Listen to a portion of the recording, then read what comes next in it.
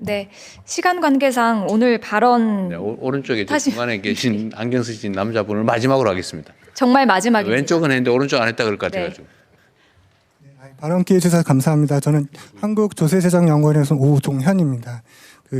조세재정연구원 연구원이세요? 예, 그렇습니다. 말씀하십시오. 지금까지 쭉 저는 이제 세제 관련해서 말씀드리려고 하는데요. 아까 이제 대통령께서 말씀하신 것처럼 기준점을 잡고 어떤 부분은 내리고 어떤 부분은 올리고 이런 부분들의 말씀을 해주셔가지고 그런 부분들에 대해서는 좀 타당하다고 생각이 들고 그런 방향으로 나가는 게 좀 다행이다라는 생각을 먼저 했습니다. 그런데 이제 아까 이제 패널들 말씀하신 것들 중에서 그 중에 뭐 어떤 거 좋은 아이디어다라고 하셔가지고 이렇게 적는 모습들을 보여가지고 제가 그런 부분들을 조금만 좀 말씀을 드리면 한 가지는 그 보유세를 양도세에서 감액하자 그런 제안을 해주신 분이 계시거든요. 근데 뭐 그게 없는 제도는 아닙니다. 다른 나라에서 있는 제도이기도 하고. 근데 뭐 필요 경비 성격이 있기 때문에 그런 어느 정도 이제 이해가 되는 부분이 있는데 그렇게 하다 보면 좀 부작용이 있을 수 있는 게 가령 이제 혜택을 보는 사람들이 어쨌든 양도세에서 이게 감액을 한다라는 거는 양도 차익이 많은 사람들이거든요. 그리고 보유세를 감액한다는 얘기는 보유세가 많은 사람들이 혜택을 보는 거기 때문에 결국은 우리가 타겟팅하는 그런 사람들이 다 혜택을 보게 됩니다. 그래서 과세 형평성이 좀 안 좋아질 수 있겠다라는 생각을 하고요. 그 다음에 이제 그 1세대 1주택 비과세 양도세에서 그 12억 이하에서는 뭐 비과세 혜택을 받고 그 다음에 또 이제 뭐 그 이상에 대해서 뭐 조금씩 과세를 하는 건데 그걸 이제 횟수를 제한하자 아니면 금액을 제한하자 이렇게 했을 때 물론 이제 보통 저희가 생각하기에는 투기 목적을 좀 막는다라는 목적이 있겠지만 우리가 이 제도를 둔 이유가 거주 이전의 자유를 보장하기 위해서 둔 제도거든요. 근데 어쨌든 대다수의 사람들은 거주 이전에 이 제도가 필요할 수가 있습니다. 그렇기 때문에 투기 목적으로 이거를 제한하다 보면 오히려 선량한 사람들이 좀 피해를 볼 수도 있겠다라는 부분이 있어서 약간 균형 있게 좀 접근을 해야 될 필요가 있겠다라는 생각이 들고요.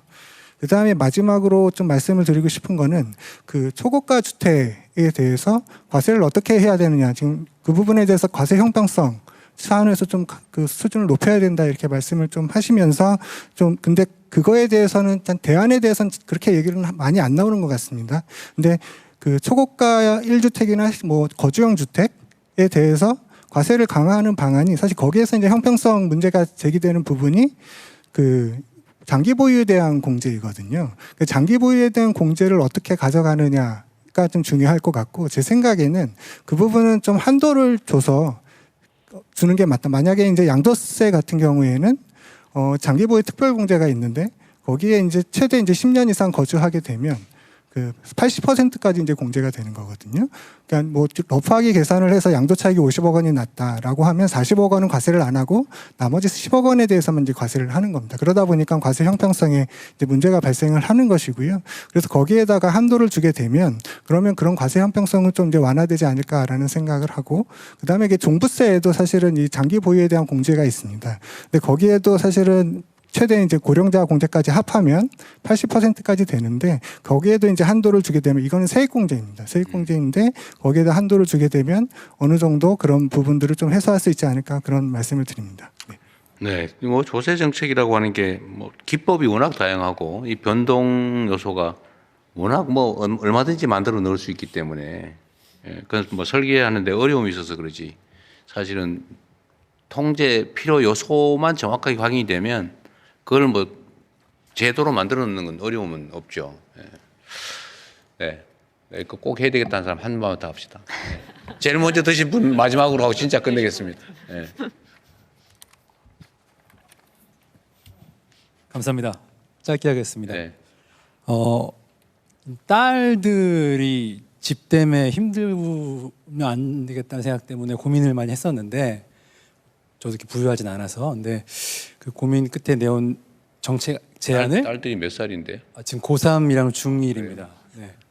인터넷에 올렸고 그래서 이제 뽑힌 29명 중에 한 명입니다. 되게 어렵지 않습니까? 부동산 정책이. 근데 그게 가만히 보니까 사람을 다 대상으로 하는 것 같습니다. 말씀하시는 투기 수요 억제, 실수요 장려는 되게 좋은데 다 투기 수요자, 실수요자 이렇게 표현이 되거든요. 근데 사실은 그게 제가 볼 땐 마음 같습니다. 집으로 돈 벌려는 마음이 뭐 투기 투자 수요, 집에 살고 싶은 마음이 실수요. 근데 그게 한 사람 마음속에 같이 있기도 합니다. 그리고 동시에 있기도 합니다. 그래서 이 정책 꼬리표를 사람한테 달면은 수만 4천만 5천만이 다 다른 상황인데 어렵겠다는 생각이 들어서 바꿔본 생각이 집에 꼬리표를 다는 정책입니다.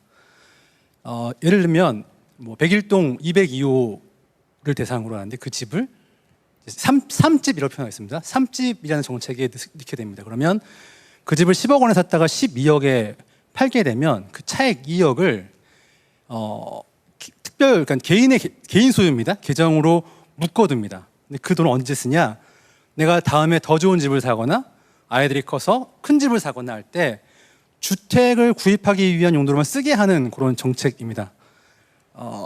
사실 이렇게 되면은 그 집을 사서는 돈 벌 수가 없다라는, 집값 상승이 돈 벌 수가 없다라는 논리가 쓰게 되고, 그리고 이것이 사람이 아니기 때문에 더 면밀하게 핀셋으로 컨트롤할 수 있는 부분이 있습니다.